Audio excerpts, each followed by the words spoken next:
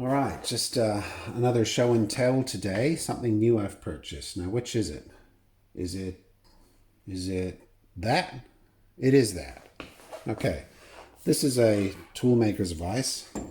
And a week ago, if you'd asked me if I was going to get one, I would have said no.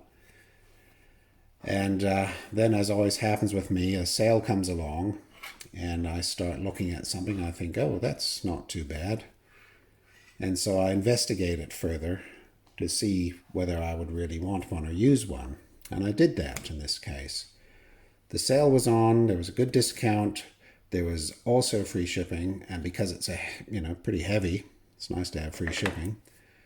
It was a quite affordable one anyway, because it's a VERTEX, which is that sort of brand, same as my Vise here. Decent quality, not the top, not the bottom, somewhere in the middle. Very nice stuff. And the final straw was, I found some money in my auction account where I'd sold some stuff, and it was more than enough to cover this. So all I had to do was convince myself I needed it, and then click a button. So I did that. Now, why do I need it?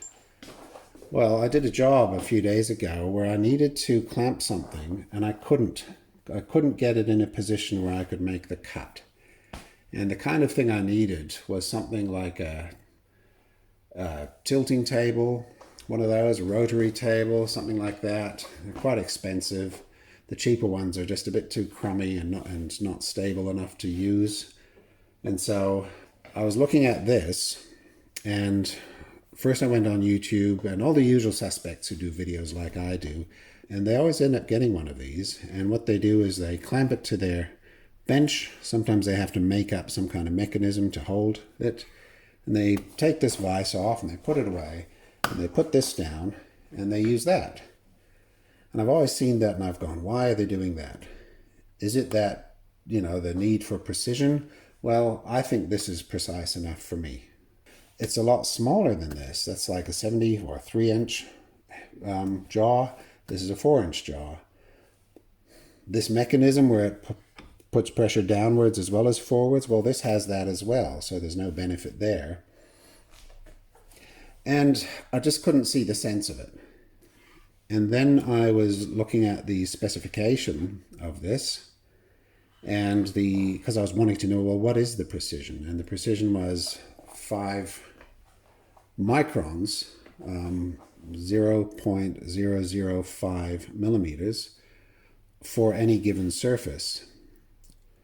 But then the specification also made the point that all the surfaces are ground parallel and square. And that was the bit that made me perk up. I was thinking, why would you need these surfaces all parallel and square? Because these aren't.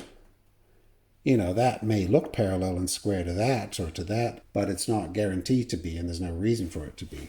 Here, it is, and it's meant to be. Why? I thought, because you can put something in there, and then you can, do some cut on it, and then you can put it that way, and it's at a right angle, precisely at a right angle to the way it was there. And then you can go, for example, up like that. And again, it's precise. So I could see a benefit in that. I thought, right, okay, so it's always, you clamp something in and then it's at a right angle. You flip it over and you've got the other side precisely at a right angle. So you could use this on a saw, on a drill press. So you're not using it so much as a vise, but just as a holding tool, which then you use on something else. And I thought, okay. Well, because of its size, it just happens to fit perfectly in here. And that's when I realized what it's for. It's not meant to replace your vise. It's an extension to your vise. You put something in, you put it in here, you clamp it up, you do whatever your work is. You might then go like that. You can do more work. You might then go like, maybe you'd go like that and do something out here where you need this extra space. You might even go like that. And whichever way you clamp this, it's always precise and square to your vise. So that seems like a big benefit. It's an extension vise is what it is.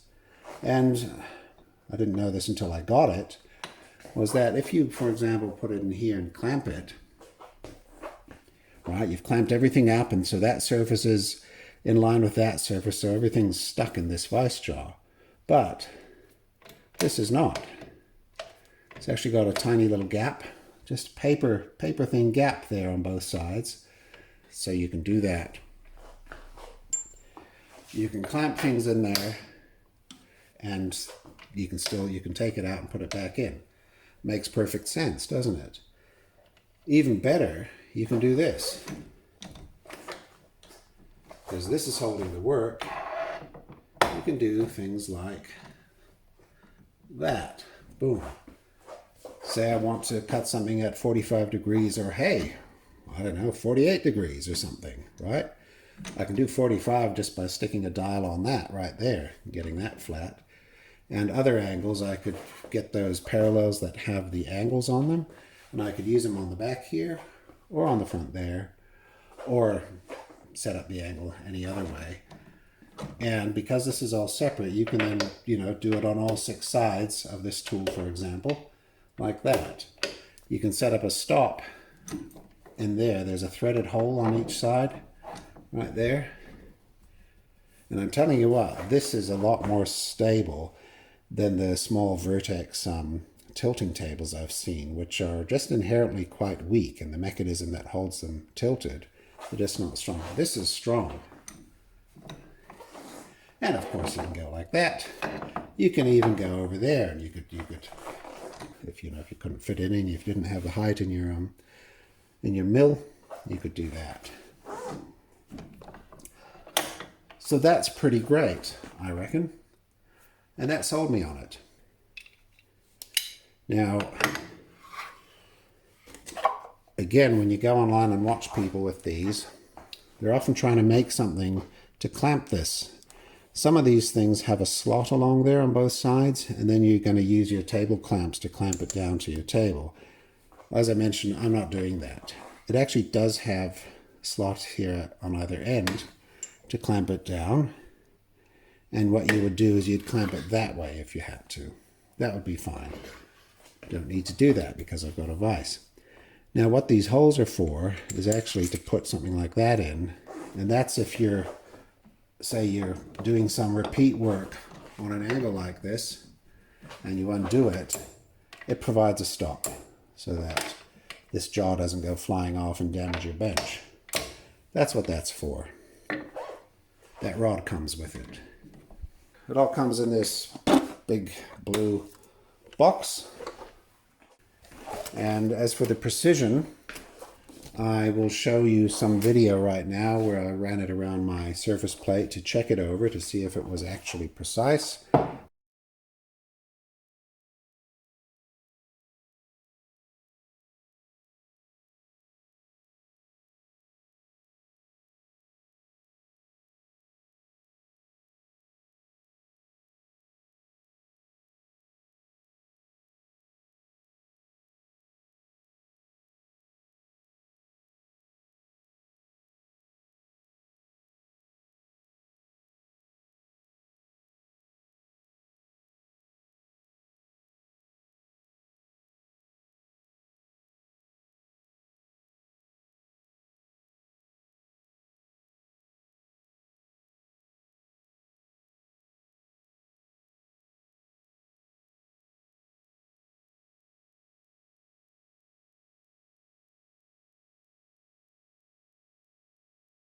As mentioned, the stated precision for this is 1/2 hundredth on any surface. I found it was absolutely bang on. There's no movement at all in the needles on any of these surfaces. They're parallel, square, flat, that is, up there, the back one. This one in particular, fine. Obviously that, there's nothing in that. But I get 0.006, so 6 microns, 0 there, 0 there, 0 here, and then 6 microns up right there. That's the only fault I could find in the whole thing, was just that. So in theory, that surface there is 6 up. Funnily enough, it doesn't affect this top surface, meaning that this was machined flat with that fault. So they would have put this all together, matched the straw up, and then gone zip and made that dead flat right there. Now that's within spec, so can't really complain about that. Would it be nice if it was absolutely zero? But then this is not $1,000 vise, not even remotely, so what can you ask? It's certainly a lot more precise than this vise, and so using it in conjunction with that doesn't really add any imprecision to this. So I'm very happy with that. All right, that's all I wanted to show. My assessment of the Toolmakers Vise. Like, subscribe, share the video. That would be nice if someone could share videos sometime. Try and get some viewers. And comment. If you want to know anything, let me know. All right, bye-bye.